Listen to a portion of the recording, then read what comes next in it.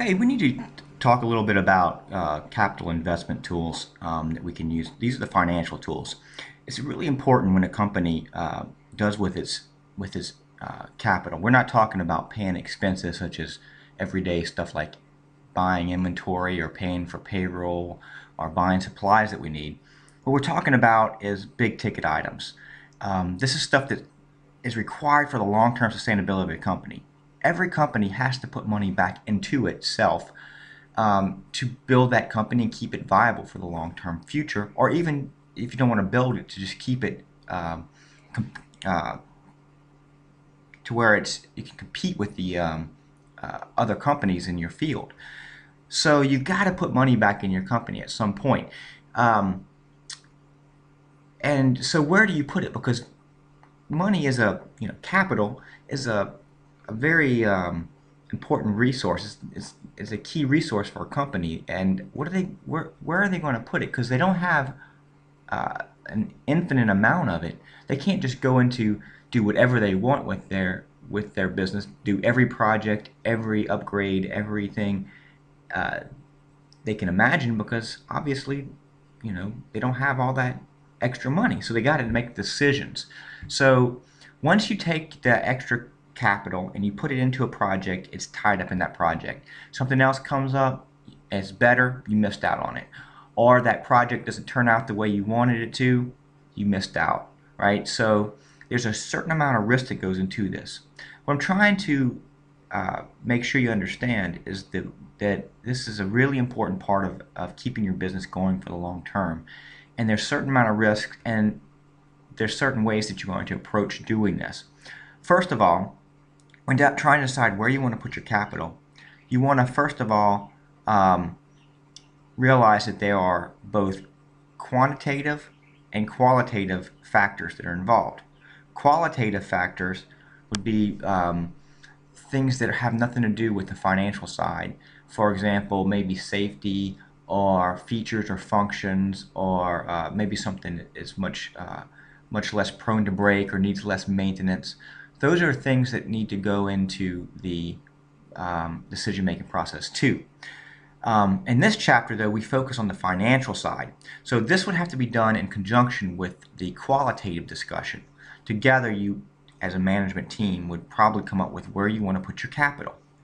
All right, so now we get to the nitty-gritty, right? What do we want to do? Which of these tools do we want to use? Or if we use more than one, how do we want to consider them?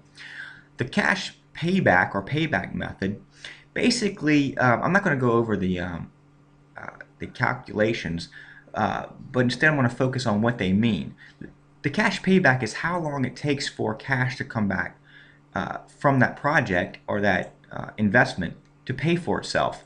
So if you buy a new piece of equipment and it saves you $100 a month, and you paid $1,000 for it, you can easily figure out what the cash payback time is going to be. The shorter the time, the better. The accounting rate of return is taking the accounting income, comparing it to the investment that you made, and seeing what percentage return you have based on accounting numbers. Net present value is taking the investment and comparing it to the cash coming in. The difference is that you use the time value of money to discount it, meaning if you're going to get payments from this project 10 years from now, those payments are discounted to be less valuable than payments or savings you're going to make immediately. So immediate cash is much better than cash in the future. Imagine if you were going to get a large amount of money. If somebody said you're going to get it tomorrow, you would be much happier and have so much more opportunity if they said, yeah, you're going to get the large amount of money, but it's going to come 10 years from now. Still nice, right? But you can see that the benefits and opportunities and value to you is much less.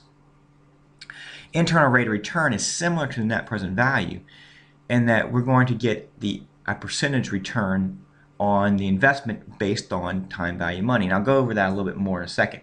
So those are the four different methods that we're looking at in this chapter, at least. So how do we compare them? Well, the payback method is very simple to compute, right? $1,000, $100 in savings a month, you can figure it out real quick. right? 10 months to save it. So the shorter the time period, the better.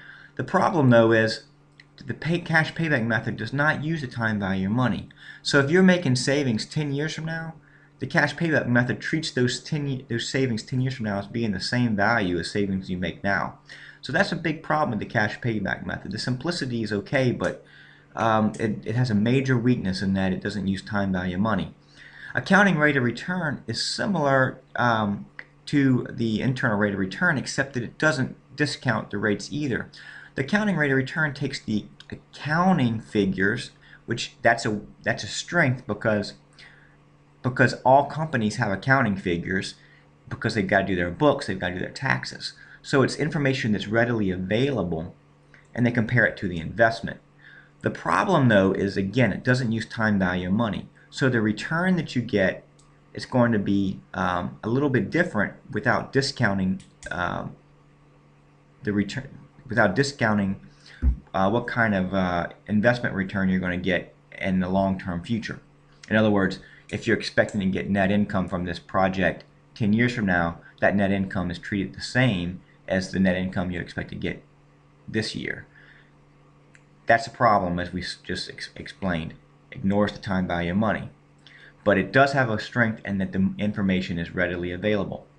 With net present value and internal rate of return, both of these use the time value of money, which is a very important to these.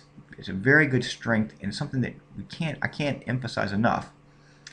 The difference between the two is the net present value basically tells you if you're expecting to get a return that's equal to your investment or greater, right? So are you going to get a return that's equal to your investment or greater? You don't really know what the percentage return is going to be.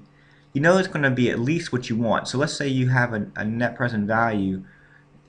Let's say you want your return to be 10%. Well, the net present value would tell you, yeah, your return is going to be 10%. We know that, and you'll even be able to compare different projects because you'll be able to say which one has the highest net present value. The internal rate of return is similar to the net present value, except it tells you what the actual rate is going to be.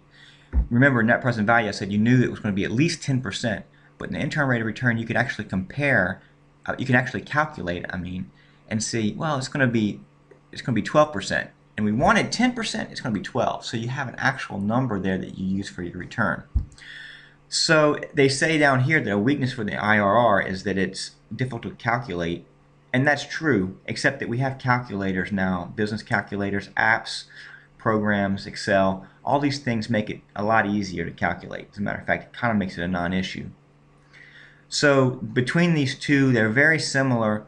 I typically go with the IRR just because I like to know the actual percentage, but the net present value basically gives you the same thing, right? Anyhow, what I'll do is I'll put up another video with the calculations of these, but this is a good overview so you understand why we use them and the importance of them.